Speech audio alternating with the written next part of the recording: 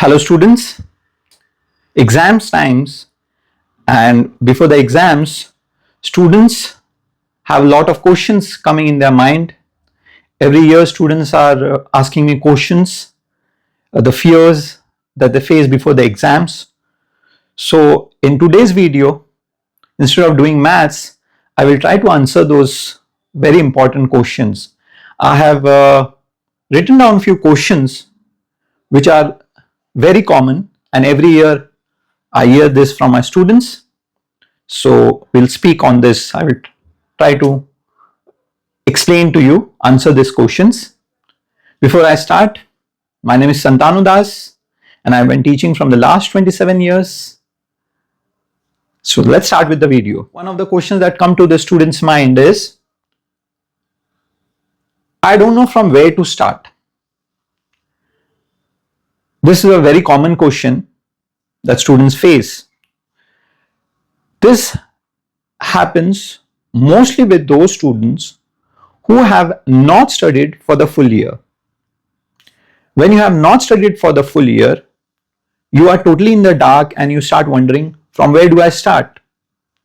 Those who have studied consistently the full year, they already have prepared for the exams, or they are on the verge of completing their portion, or they know their concepts.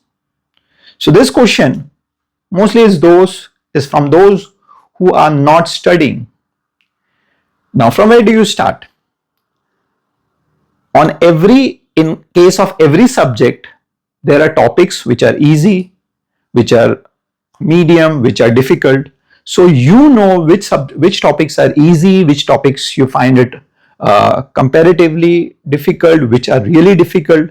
So you should start from easy topics and prepare them well so that you are quite confident of getting marks in those topics and gradually progress. That is, then you can do the semi-difficult topics and finally you can do the difficult topics. When you are sitting and studying for any topic, you need to be careful that you are totally attentive and totally completely into your work and doing your studies. Okay. Next question is, second question, which is very common. I'm not able to focus. Now, if you're not able to focus, what you need to do is you take a piece of paper and write down all the points because of which you are not able to focus. You will find that more than 80% of the reasons for you to not be able to focus are in your hands. Like for giving examples, wasting time in television, watching movies, watching television, or on your mobile, watching videos, talking with your friends, or still going out to play. So all this are in your hand, which you can control, which you can see for the last whatever time is remaining, 1 month, 2 months, that you control those things. If you have been using too much of mobile, you should keep away the mobile for the time being till the exams get over. And so when you write down those points, you sit. Who is the best judge? You are your best judge. So you sit and write down all the points because of which you are not able to focus, and those points which are controllable, which are in your hand, you strongly control and not do those things. And the points which are not able to control, or you have confusion, you can ask your teachers, your elders, or anybody who has the experience to help you out in dealing with those problems. Okay. Third is, I'm not able to remember the answers in the exams. I go blank. Again, who are those students with whom this happens is mostly those students who mug up answers, who learn by heart the answers. Basically, see, in the examinations, they are not sitting to test your learning capacity. What they want to know is how well you know the topics, how well you have understood the topic. So the first important thing is, don't mug up things without understanding. Yeah, there are many things which you need to learn, like a definition or a law. You need to learn them, but even those you learn it with understanding. Whenever anything you are going to learn with understanding, what is going to happen is even in the exam, if you forget part of the answer or a word or two, you are able to think and write the answer by yourself. When you literally mug up word to word, then what happens is, if you are not able to remember a single word, you are gone. You are not able to remember the answer and you go blank. So you have to be careful about that. Next question. How much time should I study for the board exams? Now, this is a very subjective question. How much time should I study? That will totally depend on how fast you are in picking up things, how much time you require to finish a topic. So it is a very subjective thing. The mistake that happens with students is they compare their studies with you compare your studies with your friends or how much time he is sitting. Now, that has nothing to do with how much time you are going to study. There's a possibility that your friend can finish a topic in 2 hours and you take 4 hours. Now, if you are going to think that as he is studying for 2 hours, I also need to study 2 hours, then that is a wrong way of studying. So your aim should be, I need to finish the work. I need to complete this topic. So for that, whatever time you need to study, you have to study. But in that case, also you have to remember that you don't need to study for the full day at a stretch. If you are going to study at a stretch, what will happen is you will lose your focus again. So what you should do is you should take small intervals in between your studies. While taking the intervals, you have to be very, very careful. Those intervals shouldn't extend. Because what happens most of the time is, whenever, suppose you sit for 2 hours, you should make your own timetable. This is also a very important thing, making timetables, making a schedule for yourself.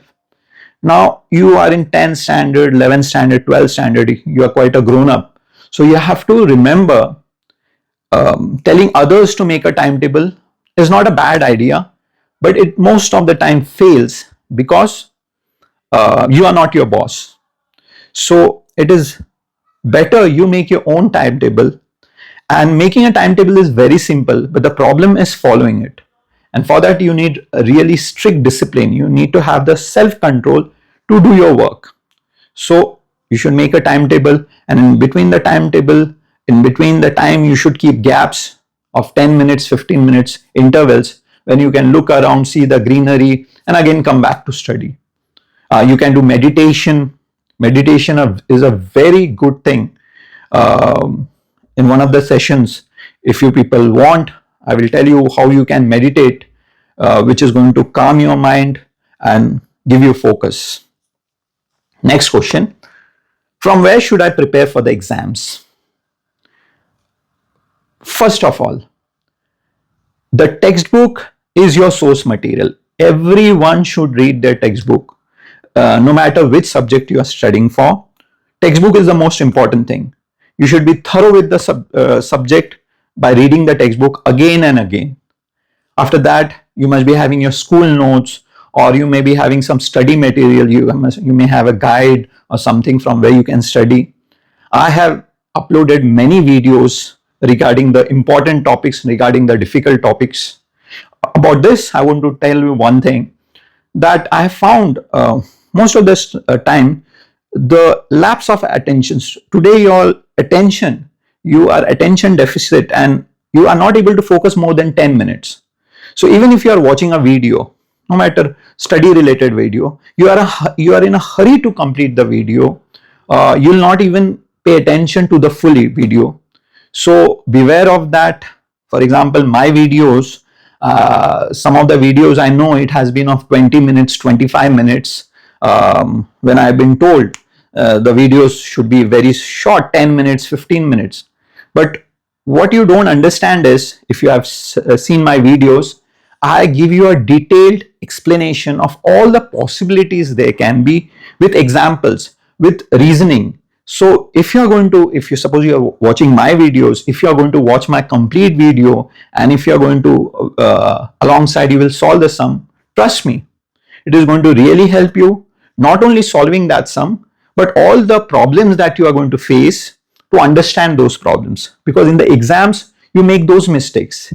And when I have made those videos and I have shared with you, as I have been teaching from the last so many years, and I have seen where the students make the mistake, I have tried my best to include in my videos all those points, and I have discussed in details and how to face those.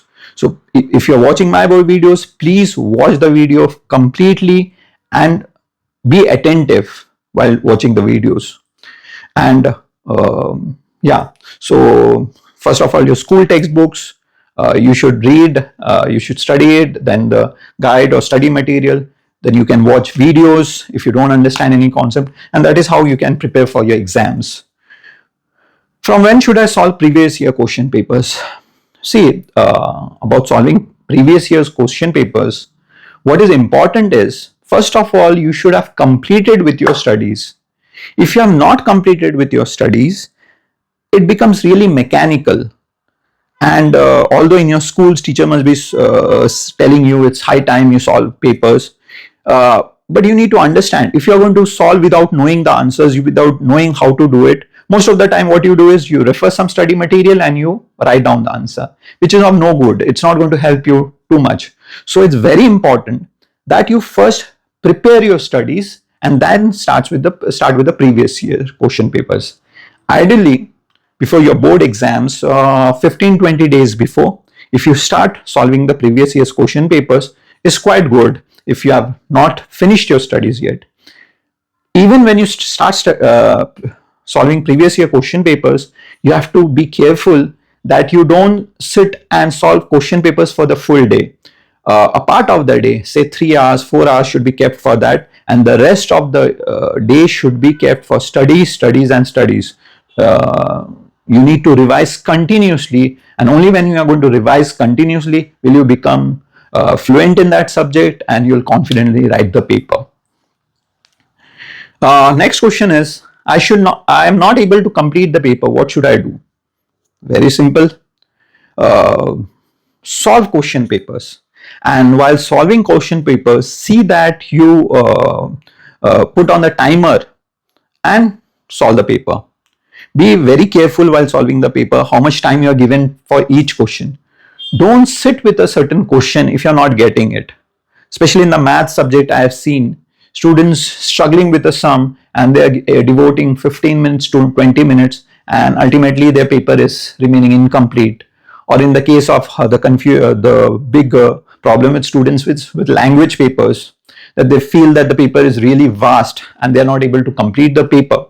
So in this topic, in this subjects, English, Hindi, Marathi, or whatever languages you have, and math subject, you need to practice with time. And when you are going to solve 2 papers, 3 papers, you have your school's exams where you be very careful about how you are giving the time. At home, when you're practicing, put on the timer and then do exactly how you are going to do in the exams, in your classes, wherever.